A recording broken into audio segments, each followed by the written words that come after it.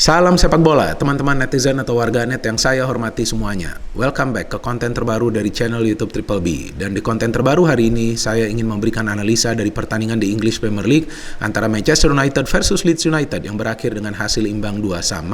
Jujur saya gak nyangka teman-teman Manchester United tidak bisa menang lawan Leeds, apalagi bermain di Old Trafford, apalagi form dari Manchester United lagi bagus-bagusnya. Tapi tampak jelas Manchester United kehilangan sosok Casemiro, teman-teman. Karena para pemain Manchester United terutama di babak pertama sulit untuk bisa mengimbangi pressing yang dilakukan oleh para pemain Leeds. Dan juga yang saya perhatikan di babak pertama itu, Manchester United kehilangan sosok seorang striker yang pintar mencari ruang di area pertahanan dari Leeds United. Maka itu para pemain Manchester United membutuhkan waktu untuk membentuk irama permainan mereka sebelum akhirnya mereka bisa mencetak 2 gol di babak kedua. Dan juga tampak jelas para pemain Leeds paham mereka perlu melakukan high pressing untuk yang pertama-tama menyulitkan para pemain Manchester United membangun serangan dengan mengandalkan kombinasi passing. Yang kedua, untuk menyulitkan mereka untuk lama menguasai bola di area pertahanan dari Leeds United. Sehingga para pemain Manchester United di babak pertama itu sulit banget untuk bisa menciptakan peluang emas. Baru di babak kedua ketika Erik ten Hag itu melakukan pergantian pemain, nah kita bisa melihat penyerangan dari Manchester United lebih bervariatif dan akhirnya mereka bisa mencetak 2 gol. Dan memang sih terlihat di babak pertama tuh serangan yang dibangun oleh para pemain Manchester United sebetulnya bisa dibaca oleh para pemain Leeds. Karena mereka terus-menerus menyerang dari sektor sebelah kiri, di mana di sana ada Garnacho. Garnacho was not bad, tapi sebetulnya pergerakan dia bisa dikunci oleh pemain dari Leeds itu yang bermain di posisi fullback sebelah kanan, Ayling. Dan memang dia mendapatkan 2 peluang, sayang ya dia tidak bisa convert. Tapi selain itu dia sulit untuk bergerak. Dan juga di babak kedua itu ketika Leeds bisa mencetak gol ya karena Garnacho tidak bisa keluar dari pressing para pemain Leeds. Sama seperti di babak pertama ketika Bruno baru saja nerima bola langsung sudah dipress oleh siapa? Oleh Adams. Ini salah satu defensive midfield di Leeds. Selain McKennie. Jadi Leeds ini bermain dengan mengandalkan double pivot. Jadi 2 gelandang bertahan dan 2 gelandang bertahan ini menjalankan tugas mereka dengan baik teman-teman. Walaupun mereka sama-sama mendapatkan kartu kuning. Jadi mereka benar-benar press. Dan juga mereka menekan pemain yang penting di lini tengah dari Manchester United, yakni Bruno Fernandes. Meskipun Bruno juga sempat memberikan 3 umpan kunci di pertandingan ini, tapi pergerakannya tidak leluasa. Dan juga sebetulnya saya melihat peran dari Sabitzer gak buruk juga. Tapi rekannya yang saya melihat permainannya tidak bagus di sini, yaitu Fred. Fred beberapa kali salah passing, kehilangan bola, bahkan ketika dia mendapatkan peluang, dia tidak bisa menyelesaikan peluang yang dia dapat. Dan kalau dari jalannya pertandingan di menit-menit awal, memang tampak para pemain Leeds ini bermain dengan high intensity. Jadi mereka bermain ekstra agresif. Jadi di detik-detik awal itu sudah ada Tyler Adams yang melakukan pressing kepada Bruno dan ada pemain Leeds lainnya, Struijk, yang memberikan bola kepada Nonto. Nonto pertukaran passing dengan Bamford dan akhirnya dia bisa mencetak gol. Ketinggalan 0-1 baru juga di menit pertama, ya tentu Manchester United masih punya peluang untuk comeback. Tapi caranya adalah mereka harus bisa membangun serangan secara rapi dan bervariatif. Karena itu dia tadi yang saya katakan selalu terbaca serangannya itu selalu ke sebelah kiri. Nah Rashford ini tampak terisolasi.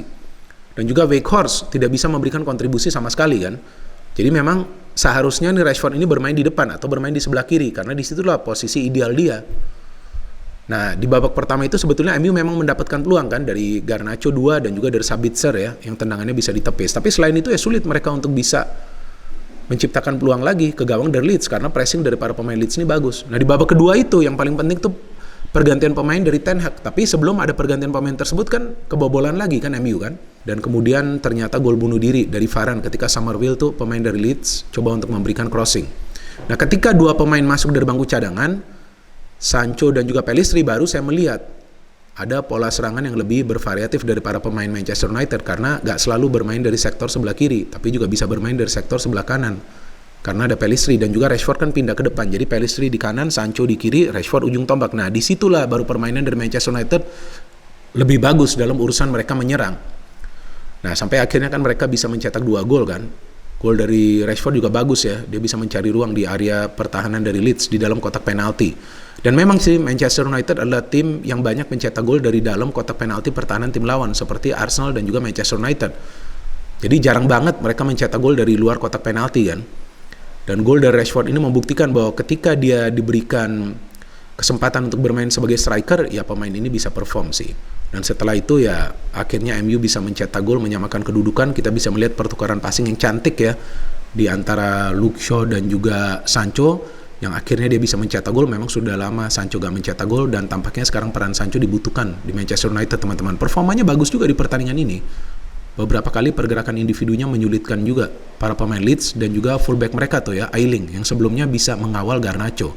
Dan Garnacho ini tampaknya belum matang ya. Memang sepertinya dia sulit untuk bisa menyelesaikan peluang yang dia dapat. Kemudian untuk lepas kawalan dari para pemain Leeds, maka itu bagus juga tuh Erik ten Hag langsung melakukan pergantian pemain. Dan dari Leeds ya sebetulnya mereka performanya itu hanya untuk bertahan aja. Mereka nggak berpikir untuk menyerang. Karena ya bagi mereka mendapatkan 1 poin aja rasa 3 poin ini dari Old Trafford. Apalagi form away mereka kan buruk banget ya. Kalau nggak salah mereka sudah total dengan pertandingan ini kemasukan 22 gol loh di pertandingan-pertandingan away mereka. Dan memang defense mereka nggak bagus. Dan mereka sebetulnya beberapa kali membuat kesalahan di defense loh teman-teman.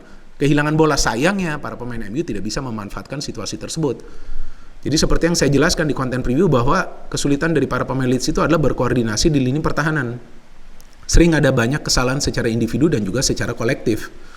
Ya akhirnya Manchester United bisa mendapatkan 1 poin, hampir saja nih mereka kalah. Tapi bisa juga mereka menang kan seandainya Varane tuh mencetak gol. Jadi Manchester United ini tampak jelas kehilangan sosok seorang pemain di tengah yang bisa melakukan pressing ya, atau yang istilahnya tuh counter press ketika para pemain tim lawan itu melakukan high pressing seperti Casemiro. Sabitzer was not bad, tapi ya dia juga akan membutuhkan waktu lah untuk nyetel kan. Casemiro saja kan gak langsung diberikan kesempatan kan oleh Erik ten Hag untuk main dari awal. Jadi perlahan-lahan baru dia diberikan menit bermain sampai akhirnya dia menjadi starter.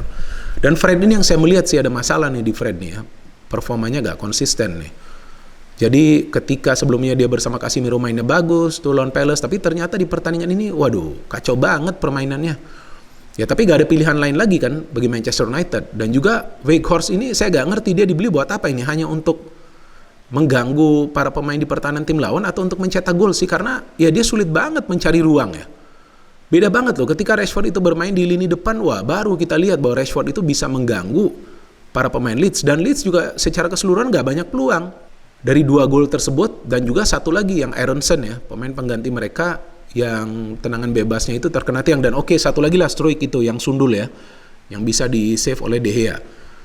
Tapi selain itu mereka hanya bertahan. Jadi memang para pemain Manchester United ketika menghadapi tim yang bertahan bukan saja parkir bis tapi tampaknya parkir tank, ya memang mereka biasanya kesulitan. Tapi seandainya Rashford itu bermain di posisi striker dari awal atau juga di sebelah kiri, maka feeling saya MU seharusnya sudah bisa mencetak banyak gol di babak pertama. Karena ya ketika menyerang bagus juga sih MU.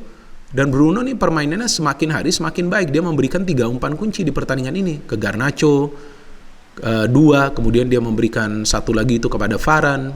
Ya, dan saya melihat peran dari Martinez. Aduh, memang ini ya, defender yang kuat ya. Walaupun dia berani mengambil resiko, melakukan tackling atau juga blocking ya di dalam kotak penalti secara agresif. Tapi ya penuh perhitungan.